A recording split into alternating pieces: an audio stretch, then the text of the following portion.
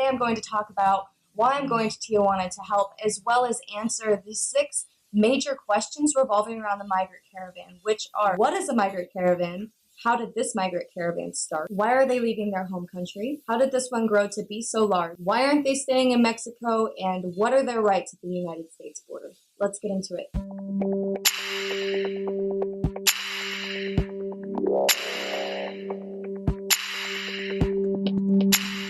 All right, so first and foremost, what is a migrant caravan?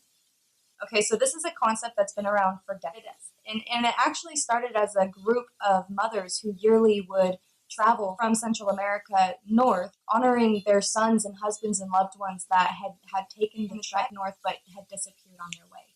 So they were doing this as a movement of solidarity for the loved ones that they had lost, while also raising awareness to the dangers on the journey from Central America to North America. In Spanish, it was called the Via Crucis Migrante, which translates into the Migrant Stations of the Cross. This was typically done around Holy Week to also reenact the Stations of the Cross and Christ's last steps prior to crucifixion. But as of late, over the years, it has evolved into a stronger movement.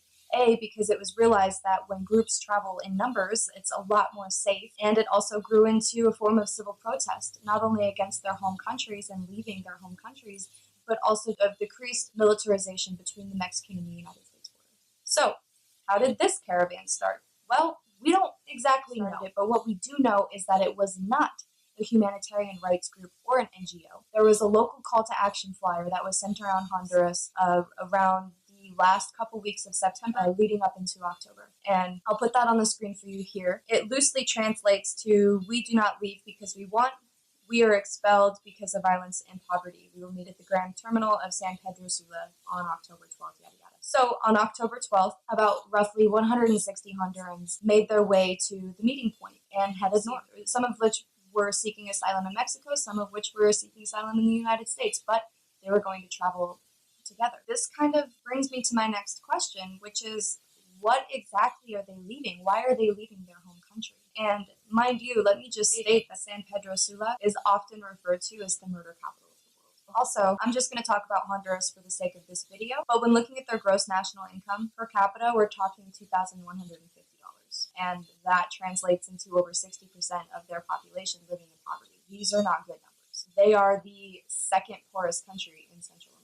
And they're riddled with gang violence, and not just normal gang violence. I mean, everywhere has gang violence. Eastside Las Vegas deals with gang violence. I'm talking gang violence where these gangs literally crawl the streets asking locals for war tax.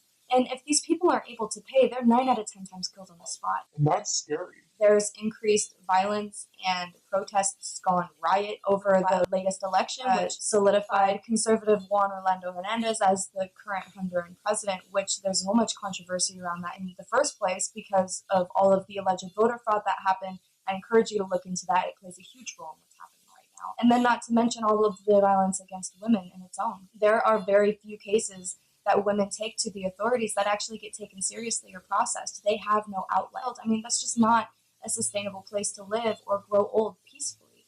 So these people are seeking something better. So we've talked about migrant caravans. They happen pretty frequently. There was one that just happened this year in April that didn't receive any news coverage. So how did this one grow to be so big?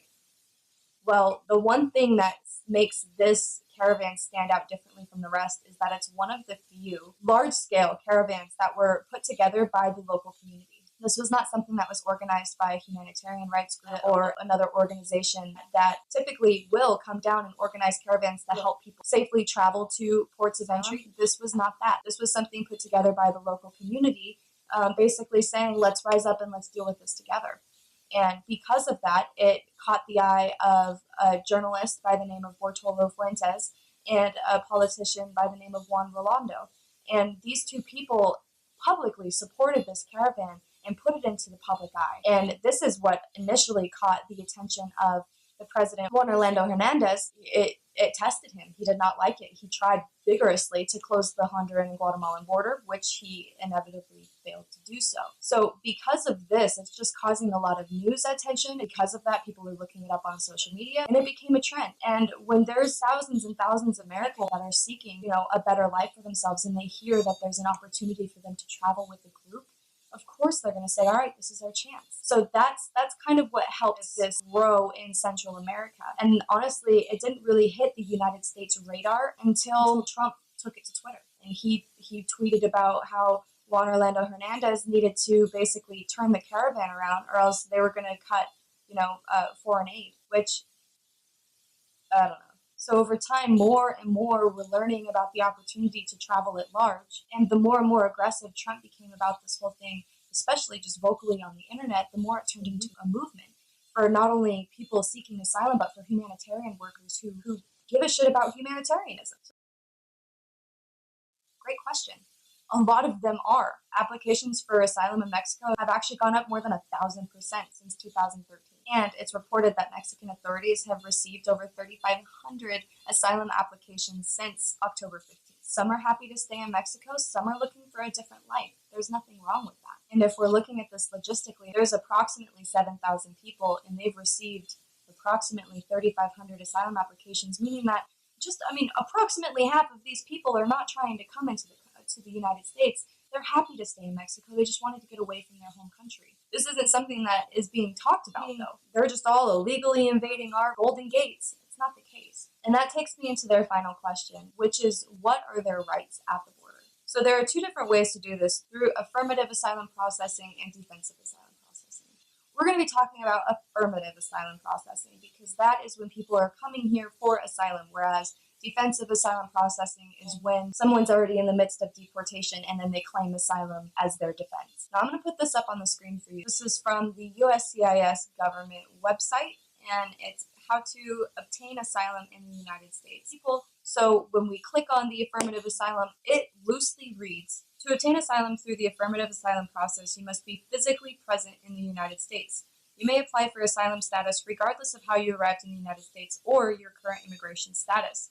You must apply for asylum within 1 year of the date of their last arrival in the United States, yada, yada, yada. If your case is not approved and you do not have legal immigration status, we will issue a Form I-862, Notice to Appear, and forward or refer your case to an immigration judge at the Executive Office for Immigration Review. Affirmative asylum applications are rarely detained by the United States Immigration and Customs Enforcement, also known as ICE. You may live in the United States while your application is pending before USCIS. If you are found ineligible, you can remain in the United States while your application is pending with the immigration judge. So it's pretty cut and dry. Now, if I'm a foreigner seeking asylum in the United States, I'm going to read that and understand that A, I need to be there in order to file for asylum, and B, I have the ability to stay in the United States while my paperwork goes through, even if I have to see an immigration judge. So with all that being said, would it be worth it for me to walk 3,000 miles to the United States? Only if I'm desperate to leave. Yes, it is absolutely worth it for me to risk my life for the American dream, because it seems pretty freaking easy when you look at it on paper. We've written it out, cut and dry, and that's what these people are doing, and especially the detail in there. And let me just highlight where it says you may apply for asylum status regardless of how you arrived in the United States. So it's foolproof, man. They should be able to be at the border, especially if they're at the port of entry, and apply for their asylum. There's no reason why they shouldn't. There's no reason why Donald Trump should have militarized our border with thousands and thousands of troops who are tear gassing people who are simply just trying to be on American territory so they're able to apply for the asylum that they're so desperately seeking. This is international responsibility and law. So what are we doing? Me, along with the collective I helped start, Sisters All in One, will be traveling to Tijuana, Mexico on December 18th. We'll be staying out there for the duration of 5 days, just to begin with, and we will be taking a whole bunch of different supplies with us that vary from clothing donations to medical supplies to formula and diapers and things for babies and toddlers and breastfeeding mothers, along with 4 volunteers, including myself, that are going to be traveling down there. And we have just partnered with UMOC Distribution Center, which is local here in Las Vegas, and they're going to be helping us get our supplies at an extremely low rate. So our goal is to go down there. We're going to find one or multiple encampments and set up shop so that we could take care of the people there who need to be taken care of. And we're definitely going to take you guys along. There will be some vlogs and video footage put out about this after Christmas. As of right now, I am filming a 3-part activism series for you that will be published while we're actually in Mexico doing the work. So once we get home and I'm able to compile that content, that's when I'll be able to share it with you. But get excited for the 3-part activism series. I'm going to be discussing 3 major and important topics, in my opinion, that revolve activism, which are why activism is important and the appropriate activist mindset, how to practice nonviolence at protests and rallies, and why activists get arrested and why it's important. So if those things are interesting to you, it kind of ties along with this whole thing, then make sure to definitely hit subscribe and tune in. Those videos will be coming next. And if you're looking to support our mission in Tijuana, make sure to follow me on Instagram as well as Sisters All in One, where we'll be posting updates, and it'll be from a live, firsthand perspective on the scene. So the best thing that you can do at this point to get involved is to help share the real news and coverage of what's actually happening down there. So I really hope that you guys liked this video. If you're still here, I would really appreciate it if you gave it a thumbs up. It definitely supports my channel. Make sure to subscribe because I upload new videos every 3 days when my camera's working, and I will see you soon.